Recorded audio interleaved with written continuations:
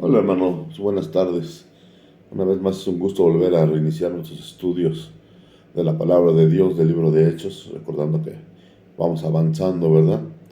La vez pasada, como recordarán, estuvimos hablando sobre el libro de los Hechos 16, donde hablamos sobre el encarcelamiento en Filipos, ¿verdad? Eh, en esta ocasión vamos a Hechos 17, el alboroto en Tesalónica. Vamos a poner este tiempo en manos de Dios y a seguir. Bueno, Dios, te damos las gracias primeramente porque queremos darte las gracias porque nos permites estudiar tu libro, que tú nos dejaste como guía, Dios, para nuestra enseñanza, como guía, Dios, para lo que debemos hacer con nuestra vida cristiana, nuestra vida como iglesia, porque tú has dado el camino, Señor, tú nos has puesto, Señor, qué es lo que pides, qué es lo que quieres, Señor, y cómo te agrada que seamos, Dios misericordioso. Te doy las gracias, Padre, en nombre de Cristo Jesús. Amén. Pues bien, mis hermanos, como recordarán, la vez pasada, bueno, ya tiene más de un mes que nos tocó este tema. El apóstol Pablo está en un viaje misionero, está con Timoteo y,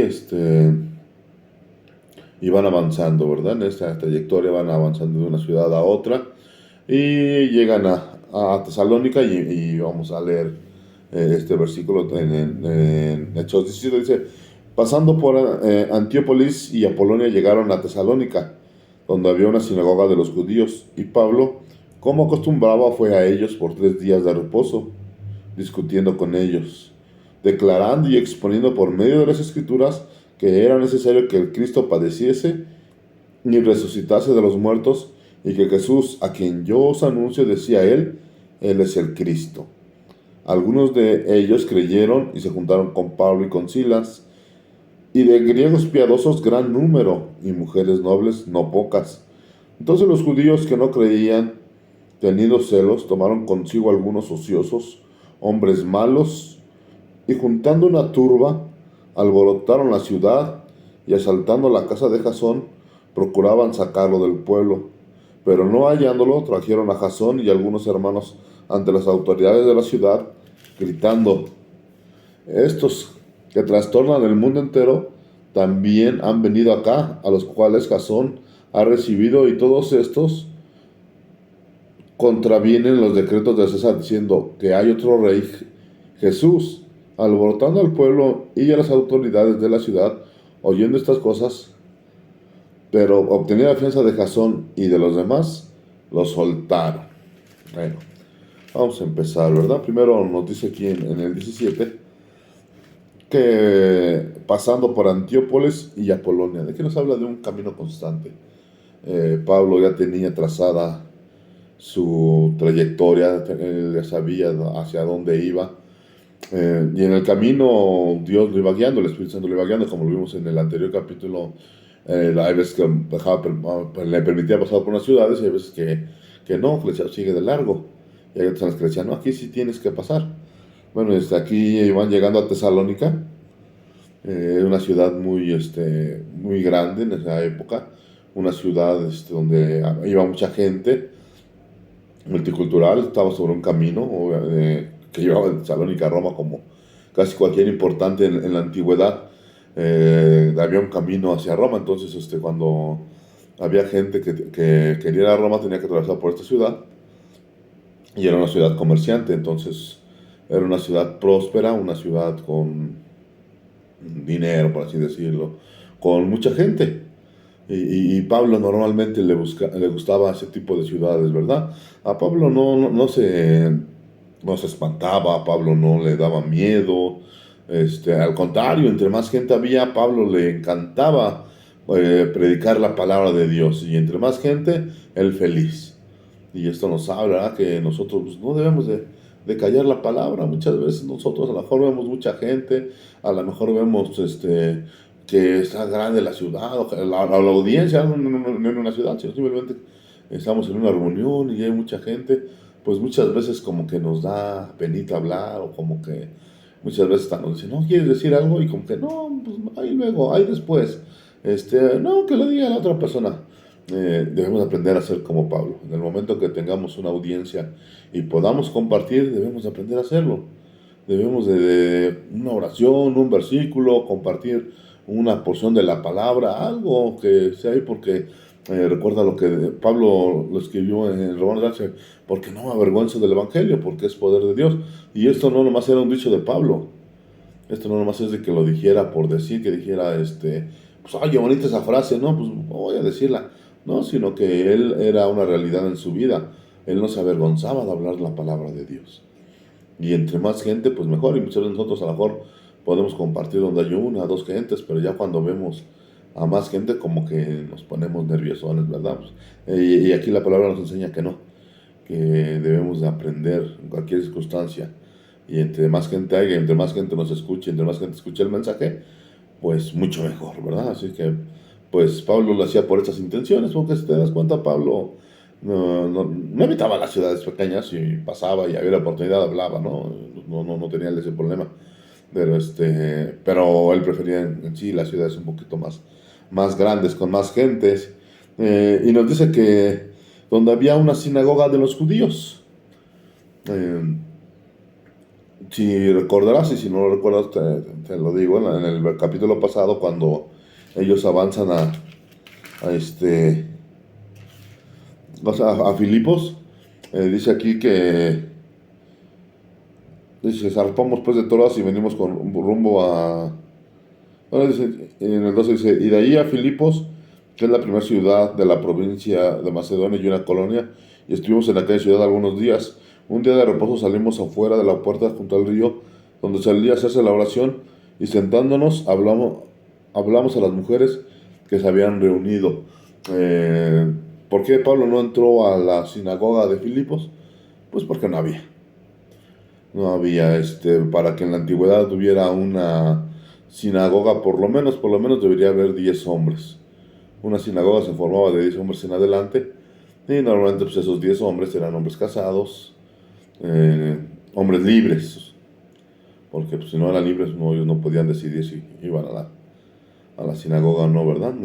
Normalmente hombres con trabajo, comerciantes en esa época sobre todo, y con 10 se necesitaba por lo menos 10 hombres para poder abrir una sinagoga oficial y poder mantenerla. En esta ocasión allá en Filipos pues no lo había, por eso Pablo no entra a Filipos. Y aquí en Tesalónica, aquí sí entra. Entra, bueno, sí hay una sinagoga. ¿De qué nos habla de que hay una sinagoga en Tesalónica? Que había una comunidad judía. Una comunidad judía que supuestamente que buscaban de Dios, que amaban a Dios. La diferencia de la otra, pues podríamos decir que pues eran judíos que salían a la oración, no había un templo, no había donde orar. Y podríamos hablar de que posiblemente hubiera cierta ignorancia o cierta dejación. No había un maestro, no había un predicador, no había quien les enseñara la mejor, porque pues eran muy poquitos. Y se podría entender hasta cierto punto. Pero acá está entrando a una ciudad donde hay una sinagoga establecida, donde se supone que hay estudio de la palabra de Dios, donde se supone que la gente conoce de Dios, por lo menos los judíos, conocen de Dios y tienen una vida piadosa, en teoría, ¿verdad? Es como funciona la diferencia que cuando hay una sinagoga, ¿no? ¿Esto de qué nos habla, hermanos? De que muchas veces incluso como cristianos, ¿verdad? Hay una iglesia cristiana, una comunidad, y hay una comunidad cristiana más bien en una ciudad, y si no hay diferencia y que todos se comporten igual y que todos salen igual y eso, pues ¿para qué sirve entonces una iglesia cristiana, no? En ese tiempo era exactamente lo mismo con una sinagoga. ¿Por qué? Por lo que pasa más adelante, ¿ah? Bueno, seguimos avanzando, dice, donde llegaron a Tesalónica, donde había una sinagoga con los judíos, la comunidad judía, y Pablo, como acostumbraba, fue a ellos y por 3 días de reposo discutió con ellos. Estos hombres eran religiosos. Cada 8 días cada sábado en esa época, iban a su templo, a la sinagoga. Y dice que Pablo acostumbraba ir a la sinagoga. Es que nos habla aquí de una constante necesidad de Pablo también de reunirse en una sinagoga, lo que hoy vendría siendo como una iglesia, para poder oír de la palabra de Dios y también para poder enseñar la palabra de Dios, ¿verdad? Pero cuando Pablo llegó pasa algo chistoso. Bueno, no pasa algo chistoso, sino algo común. Que cuando él empezaba a hablar, pues normalmente los judíos de la zona no lo aceptaban. Los judíos de aquella zona lo resistían e incluso debatían con Pablo, ¿verdad? Eh, Muy parecido con nosotros como cristianos cuando hoy en día intentamos hablar de la palabra de Dios. Normalmente eh, esperaríamos o esperamos un poquito de resistencia por parte de la iglesia tradicional, pero desgraciadamente a veces también encontramos resistencia de un mismo grupo de cristianos que a lo mejor de otra denominación o incluso supuestamente de la misma denominación, pero que no les gusta que llegue uno a hablar o enseñar de la palabra de Dios, ¿verdad? Este, Sigue diciendo en el 3 declarando y exponiendo por medio de las escrituras que era necesario que el Cristo padeciese y resucitase de los muertos y que Jesús, a quien yo os anuncio, decía él, es el Cristo. Llegaba Pablo y decía, pues bueno, vamos a leer las escrituras, vamos a leer el Antiguo Testamento, vamos a ver qué dice Dios. Y él les exponía, ¿verdad? Y aquí en este lugar a donde se supone que había una comunidad de creyentes, judíos, pero creyentes, eh, y aquí que Pablo les está abriendo las escrituras, lejos de aceptarla o lejos de pedir enseñanza, algo, no, ellos lo contradicían, pero Pablo no estaba hablando cosas que no estuvieran en las escrituras. Pablo no estaba hablando cosas que estuvieran mal fundadas, o no estaba hablando con cosas de su imaginación, o que él creyera, no. Él dice la palabra de Dios aquí, dice, declarando y exponiendo por medio de las escrituras. Y eso es algo que muchas veces hoy en día sigue muy fuerte. Tú les puedes enseñar a la gente lo que dice la Biblia, no lo que decimos nosotros, no lo que dice el pastor, no lo que dice el apóstol, el profeta, no. Lo que la Biblia dice, lo que Dios dice. Porque es lo que hacemos nosotros cuando predicamos, es decir lo que Dios dice, leer lo que Él escribió, y eso es y esa es nuestra labor, ¿verdad? Pero la gente lo rechaza, la gente se opone, la gente no le gusta escuchar lo que Dios dice, ellos quieren seguir escuchando lo que ellos dicen. Al haber una sinagoga se esperaría que hubiera conocimiento de Dios, y sí se leía la Torá, pero no se entendía. Y eso es algo muy grave porque hoy en día pasa lo mismo. Hay muchas sectas que leen la Biblia pero no la entienden. Hay gente que no la entiende. Hay gente que se dice cristiana, incluso pastores, que no la entienden. Que quieren decir lo que ellos piensan, lo que ellos creen, como ellos lo sienten. Y el día que alguien con la palabra de Dios les dice, lo rechazan. Esto es algo totalmente verídico hoy en día y tal vez más fuerte que en otros tiempos. Y lejos de agüitarse Pablo, él seguía enseñando, o sea, él no decía, bueno, pues no quieren, ahí nos vemos. Y ve que las palabras que dice declarando y exponiendo. En otras palabras, en otra versión dice enseñando y dando evidencias. O sea, Pablo agarraba, leía la Biblia y daba evidencia, o sea, daba claridad, no nada más hablaba, la y se va, no nada más hablaba de su intención, no nada más hablaba de lo que supuestamente él entendiera, no, él todo lo fundamentaba con la Biblia y dice en otra versión que daba evidencias. Eh, ¿Por qué tenía que dar evidencias? Pues esto es algo muy común cuando, por ejemplo, vas a un juicio y ya sea que tú seas el abogado defensor o el abogado que está demandando, cuando tú hablas tienes que fundamentar lo que dices. Tú no puedes llegar a decir, pues yo acuso a fulano de tal de que hizo esto, y lo primero que te va a decir, ¿y qué evidencias tiene? Y si no presentas evidencias, pues obviamente pues no vale. Si presentas evidencias, pues se te tomará en cuenta. Y lo contrario es igual, ¿verdad? Si tú dices, no, yo no fui, yo no estaba ahí, bueno, ¿qué evidencias tiene? En este mundo, en un juicio, todo es evidencias. No puede ser nada más, pues que él dijo, que yo dije, que dijimos, no. Aquí en la Biblia nos está diciendo que Pablo daba evidencias, no solamente, o sea, aquí claramente la Biblia dice esto, esto y esto, y Jesús hizo eso, esto y esto y esto. Él era una persona muy preparada, no lo sorprendía nada. Y nosotros debemos de hacer lo mismo, ¿verdad? Cuando nosotros hablamos de Jesús, no hablamos de lo que creemos o de lo que suponemos. Nosotros hablamos de acuerdo a lo que dice la palabra de Dios. Y las evidencias, hermano, muchas veces van a ser nuestro testimonio. Que tú puedes decir, Jesús cambia vidas. Y si alguien te dice, ¿por qué no ha cambiado la tuya? Híjole, no. No, vamos a decir, Jesús cambia vidas y la prueba es mi vida misma, ¿verdad? Jesús trae paz y la prueba de que Jesús trae paz es de que yo vivo en paz.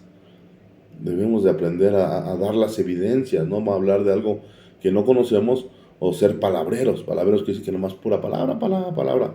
Pero el día que te piden una prueba, el día que te piden una evidencia, no tenemos. Y esa evidencia es nuestro testimonio, es nuestra propia vida. Sigue diciendo, declarando y exponiendo por medio de las escrituras. Por medio de las escrituras es que él ponía todos sus argumentos. Es chistoso pensar que unos años atrás, precisamente por cuando Esteban hizo lo mismo, el pueblo lo estaba apedreando y Pablo estaba, en ese momento Saulo de Tarso, estaba validando que hicieran eso. ¿Ah? ¿Por qué? Porque un hombre se atrevió a hablar y a dar pruebas de que Jesucristo era el Mesías. Y esa vez Pablo dijo, no, está bien, apedríenlo para que aprenda lo que dice, ¿verdad? Hoy en día le está pasando lo mismo. Bueno, en esa versión, en ese tiempo a Pablo le estaba pasando lo mismo. Por el mismo juicio que él había, atacado a Esteban, ahora él estaba siendo atacado y en cierta manera él lo comprendía. Por eso él no se ofendía ni decía, ay, no, esta bola de incrédulos, esta bola de pecadores. No, no, no. Y eso es algo que también debemos de aprender nosotros, que en otros tiempos nosotros éramos iguales. En otros tiempos nosotros éramos los tercos, los necios, los ciegos. Por eso el amor de Pablo, la paciencia de enseñar, pacientemente. Imagínate, 3 sábados regresó. A lo mejor muchos a la primera que lo hubieran dicho, pues ahí se queda, ya me voy. Y no, él un domingo, bueno, un sábado estuvo ahí con ellos peleando, casi que no. Y regresar a los 8 días y otra vez, y agarra y volvió a regresar a los 8 días y nomás porque los corrieron si no hubieran seguido, ¿verdad? Pero Pablo no flaqueaba. Pablo no decía, bueno, pues yo ya le dije, si quieren entender, si no, ni modo. Esas palabras muy, muy dadas hoy en día por nuestra iglesia, ¿verdad? No por la iglesia local, sino por nuestra iglesia en general. Yo ya le dije, si allá él sí quiere. No, hermanos, aprendamos del ejemplo de Pablo. ¿Por qué? Porque él se acordó que en otro momento él es el que estuvo del otro lado. Y ahora que le tocaba estar de este lado, pues no le quedó más que aguantar. Nosotros también ya estuvimos del otro lado, ahora no nos queda más que aguantar también, ¿verdad? Declarando y exponiendo por medio de las escrituras que era ¿qué? Necesario que Cristo padeciese. Me imagino leyéndolo Isaías, por ahí algunos salmos, algunas a lo mejor de Daniel, también por ahí un par de Jeremías hablando sobre el reinado de Jesús, pero más Isaías y salmos, ¿verdad? Donde hablan del sufrimiento del Mesías que iba a venir y que iba a pasar por muchas inconveniencias, por muchos dolores, por muchos malos momentos, y al final de cuentas pues pasó, ¿eh?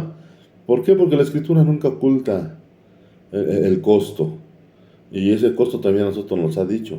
También nosotros estamos aquí para pasar dolores, para pasar preocupaciones, con tal de cumplir la voluntad de Dios. Si alguien te dice que el Evangelio es fácil, mira, pues Jesús no fue fácil. ¿Tú crees que lo que le pasó a Jesús es cualquier cosa? Claro que no. Claro que no, ¿verdad? Fue un momento muy fuerte, sobre todo en la época del tiempo que tuvo que pasar en la cruz. Entonces, mis hermanos, nosotros no pensemos que nosotros la vamos a brincar como si nada. Y Pablo lo declaró públicamente aquí. Él les enseñaba por las escrituras de que era necesario que el Cristo padeciese.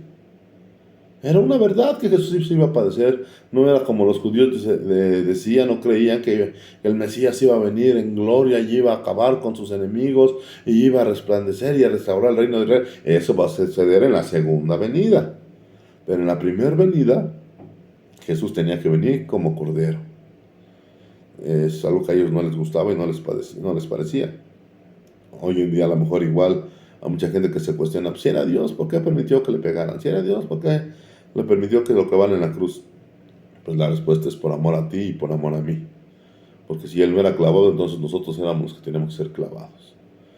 Eh, Dice que era necesario que el Cristo padeciese y resucitase de los muertos.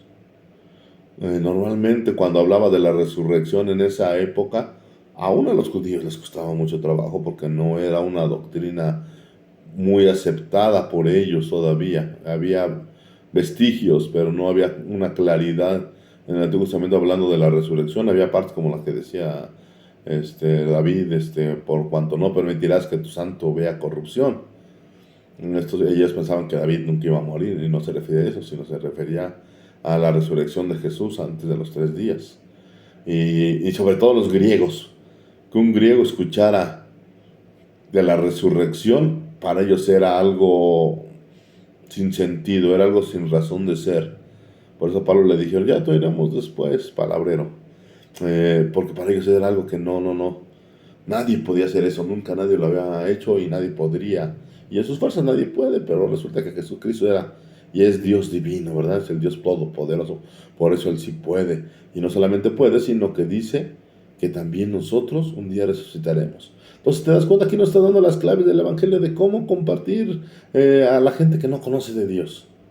Y no de una manera lisonjera, no de una manera engañosa, no de una manera tramposa, en lo que los queramos confundir para que acepten y ya después a ver cómo les va. No, aquí claramente dice, Cristo tenía que sufrir y también iba a resucitar. Y también tú, un día sigues a Cristo, vas a sufrir, pero también un día vas a resucitar.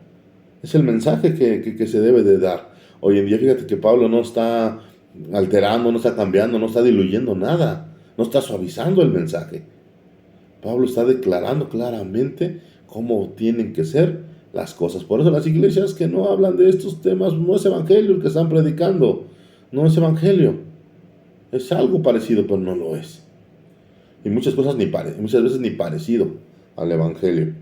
Es necesario que Cristo apareciese y resucitase de los muertos. Y aquí viene también la parte central. Y que Jesús, a quien yo os anuncio, decía Él, es el Cristo. Ahí está, ¿verdad? El Cristo, el ungido, el Mesías, el escogido, es Jesús, pues el Cristo. Hay evidencia, dice Pablo, hay evidencia en la palabra de Dios que Jesús era el que Dios había designado. Y esa evidencia está en la palabra de Dios, y esa evidencia está aquí firme y la podemos leer en las Escrituras. Ese Jesús que lo veíamos como carpintero, ese Jesús que lo vimos que nació y en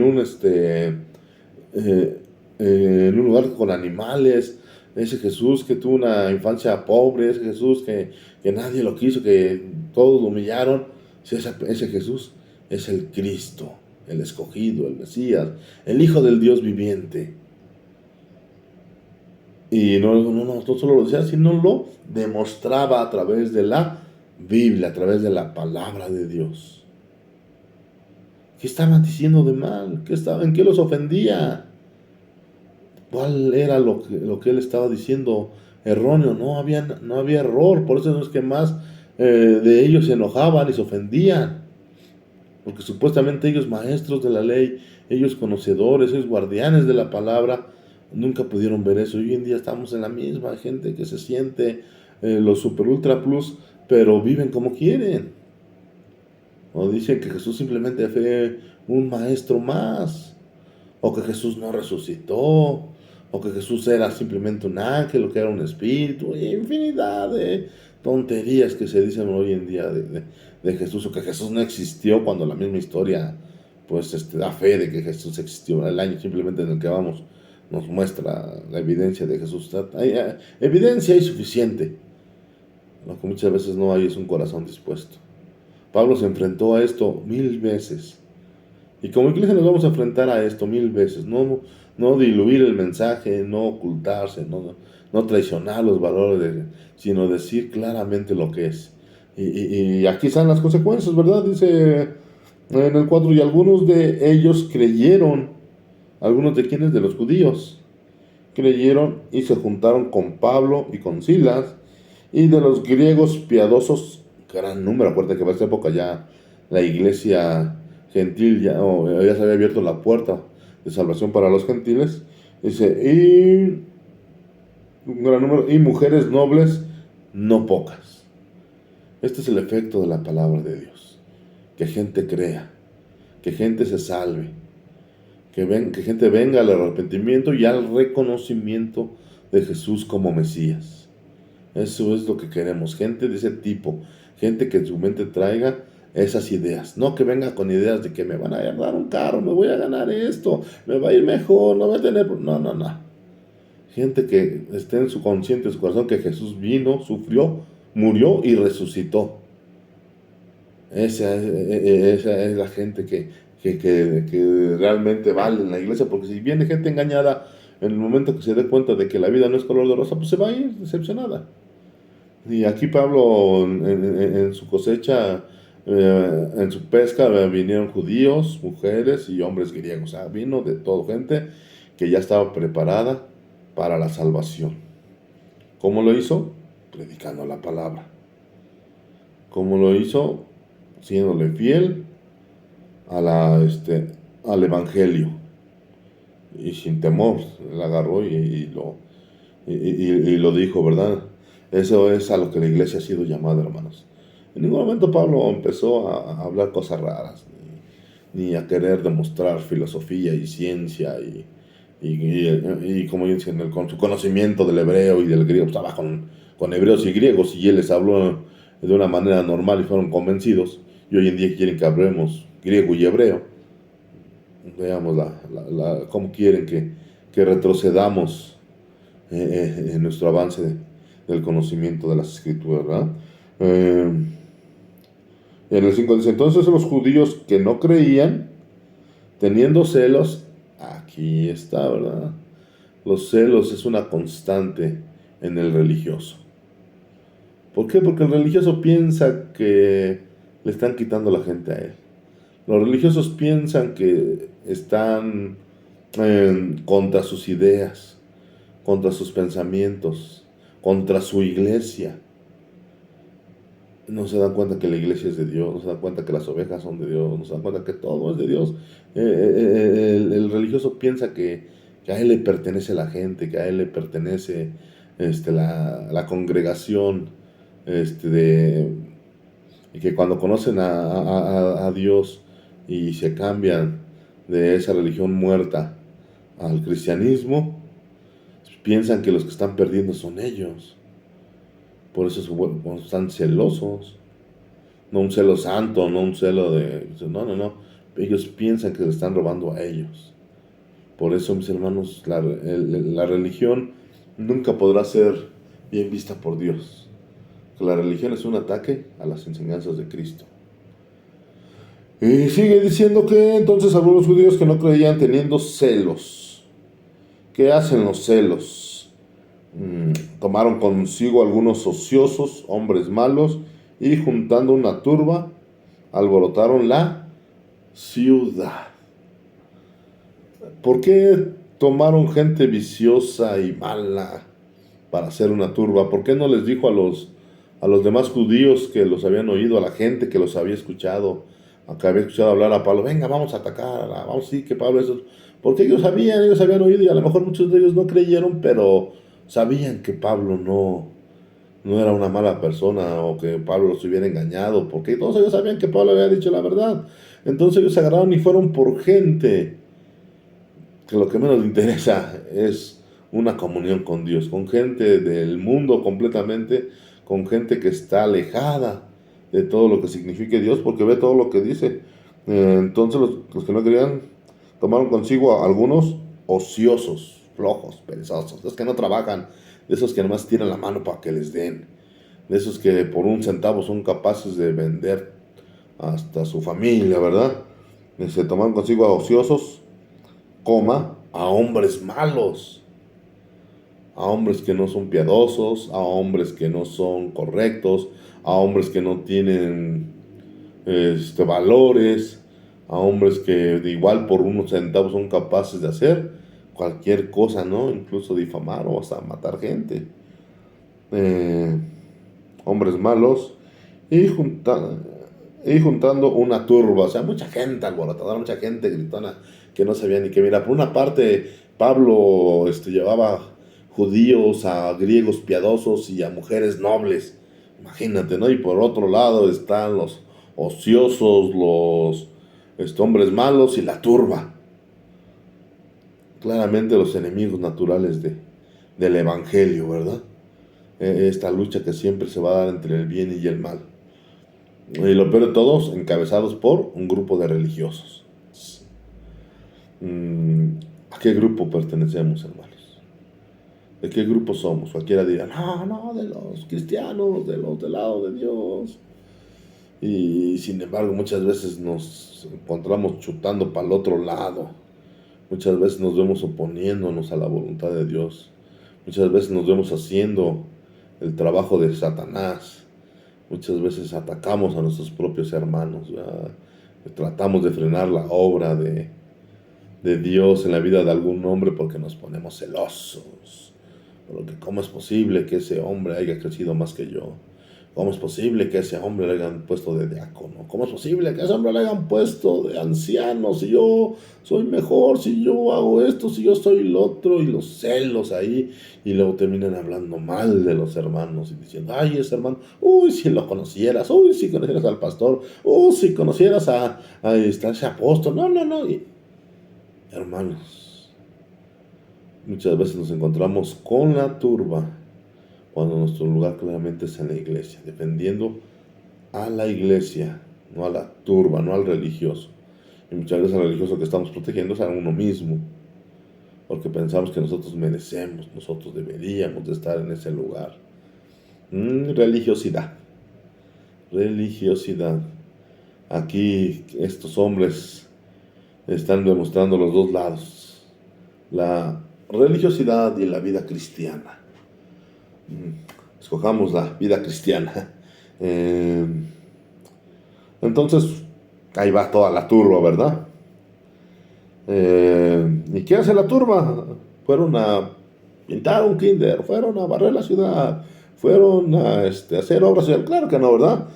Aquí dice que juntaron hombres malos y juntando la turba, alborotaron la ciudad.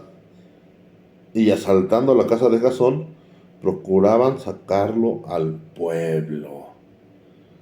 Hombre, bien piadosos estos hombres, ¿verdad? Bien justos, que agarraron y después de que alborotaron a todos y anduvieron inventando chismes y diciendo cosas, inventando y diciendo y poniendo en contra al pueblo, porque el pueblo es bien volátil, ¿verdad? No, ya viste lo que dijo, no, que dijo, y le empezaban a contar.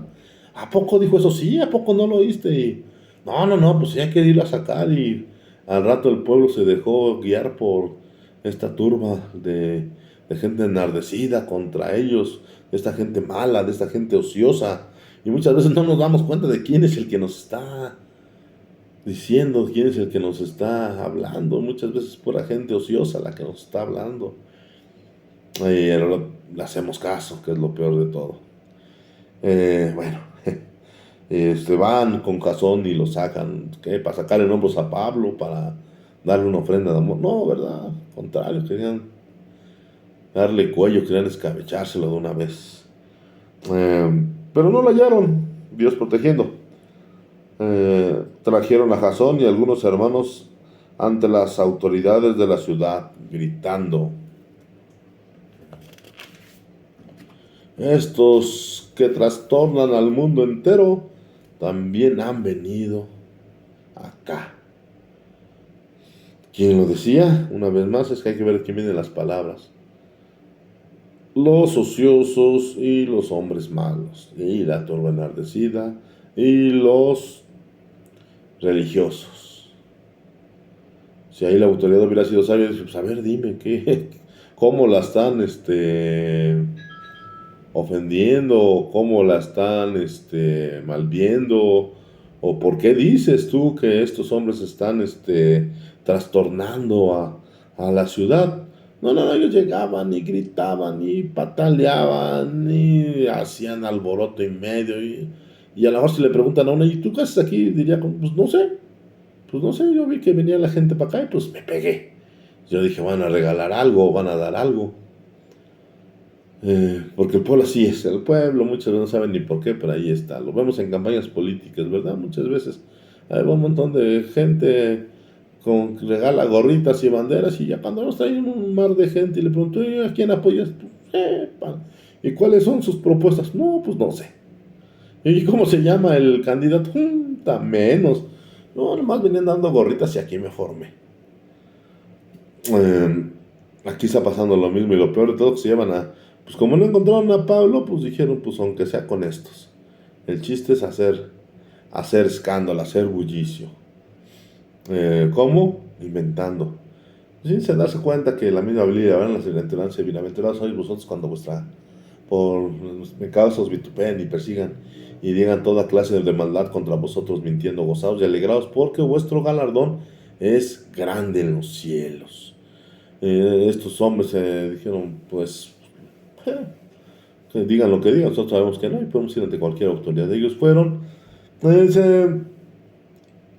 a los cuales Jasón, acusándolos, a los cuales Jasón ha recibido, y todos estos contravienen los decretos de César diciendo que hay otro rey, Jesús. Híjole, hermanos, aquí esto ya se pone interesante. ¿Quiénes son los que van al frente de esta turba? Los judíos. Y para los judíos se supone que el único rey es Dios. Se supone que el rey al que ellos adoran es a Yahvé, a Jehová. Incluso en la antigüedad estaban dispuestos a morir cuando un emperador entró al templo y quería poner los estandartes de Roma en el templo. Todos los sacerdotes judíos se pararon delante del emperador, se hincaron delante de él y se descubrieron el cuello y le dijeron a este cuate al que entró, el general que entró en el caballo, dijo, pues mira, aquí está nuestro cuello, antes de que tú entres con tus estandartes de César al templo, pues primero tienes que cortarnos la cabeza a todos. Y eran un montón, cientos de sacerdotes que se pusieron ahí para que los mataran con tal de que no fuera mancillado el templo con el símbolo de César. Y cuenta la historia que este hombre pues se retiró y ya no puso ningún estandarte en esa época en el templo. O sea, imagínate, así eran ellos, supuestamente. Pero hoy, bueno, en esa época, al ver que los cristianos estaban ganando la partida, no por ellos, sino porque así era, Dios lo había decretado, eran capaces de aceptar a César como rey, eran capaces de aceptar al rey del mundo como su propio rey, con tal de resistir el evangelio. Y es terrible, pero es algo que hoy en día ha tomado más fuerza. Hay gente que se ha rendido al rey de este mundo, al Dios de este mundo, con tal de resistir al evangelio, con tal de volverse famoso, con tal de que su iglesia tenga miles y miles de asistentes, con tal de que sean reconocidos en el internet o en el YouTube, con tal de que les den un programa cristiano, con tal de tener una televisora, con tal de tener un radio cristiano, con tal de que hasta incluso que sus discos cristianos sean exitosos. No solo el mundo ya hace eso. Hoy en día mucho que se dice cristiano está haciendo lo mismo. Han decidido nombrar su rey al rey de este mundo, con tal de que les vaya bien, con tal de oponerse al evangelio, porque el evangelio nunca ha sido para que el hombre sea el glorificado. Nunca ha sido para que el hombre sea el exaltado, nunca. Siempre es para darle la gloria a Jesús, llevar la gloria a los pies de Jesús. Pero el hombre quiere quedarse con esa gloria. El hombre quiere que Él sea el reconocido, quiere que Él sea el que salga en las fotos, Él quiere salir en los espectaculares. Y muchas veces, aunque está ocasionando cosas malas, cosas raras, cosas que van en contra de Dios, pues no les importa con tal de que ellos sean los beneficiados. Aquí estos hombres, con tal de que ellos sean los beneficiados, están diciendo que César es el rey de ellos. Podríamos decir, ay, criticarlos y hablar mal de ellos. Pero son cosas que hoy en día el cristianismo también está viviendo. Son cosas con las que tú y yo debemos de pelear.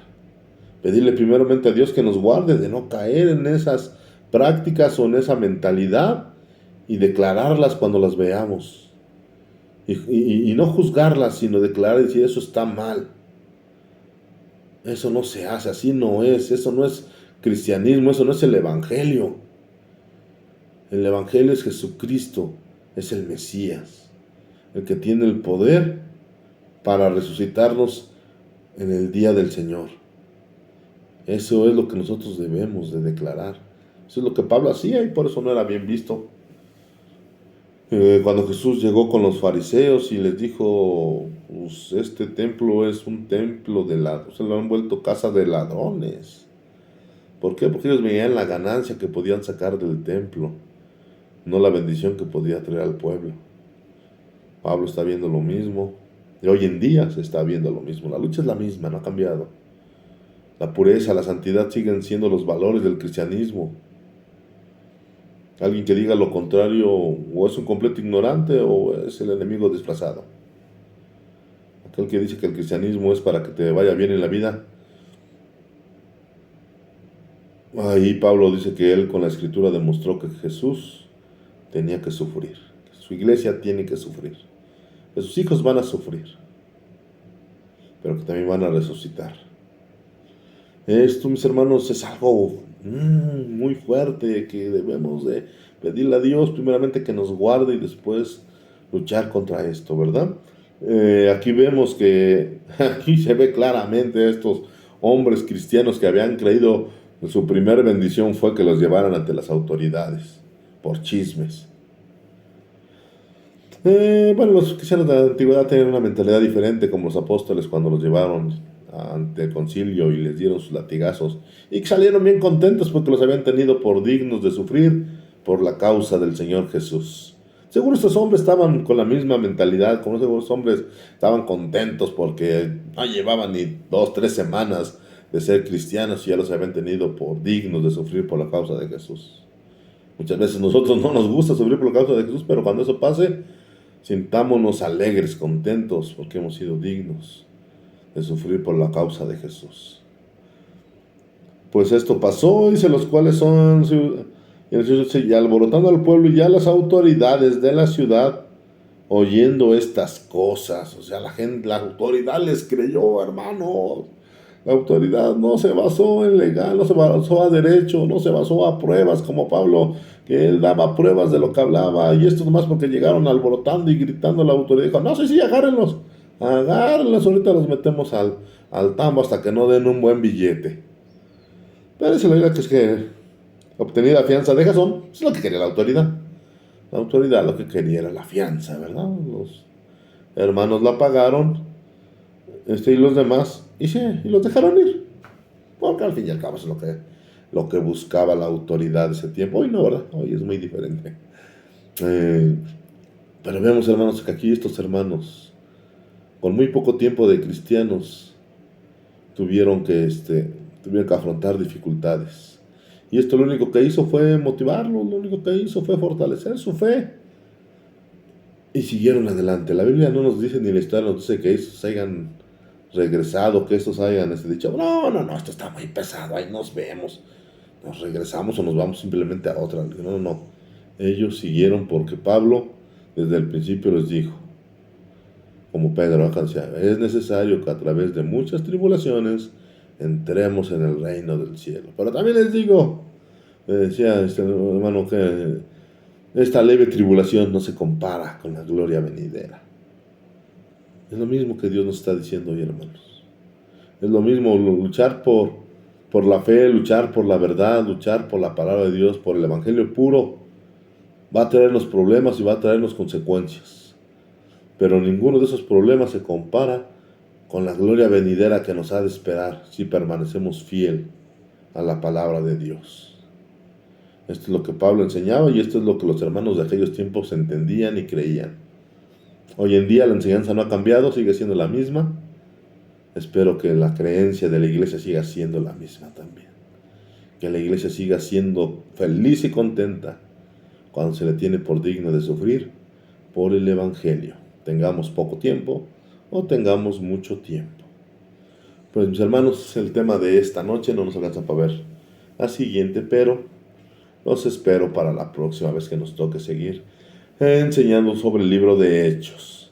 Por mi parte es todo, no me queda más que desearles una bonita noche, invitarlos, ¿verdad?, al próximo, para el sábado me parece que hay reunión de mujeres y en nuestra reunión de adoración el domingo a las 10 de la mañana. Pues muchas bendiciones, que Dios los bendiga y nos vemos la próxima. Bueno, nos vemos el sabadito o el domingo, dependiendo. Pues que Dios nos bendiga y hasta la próxima.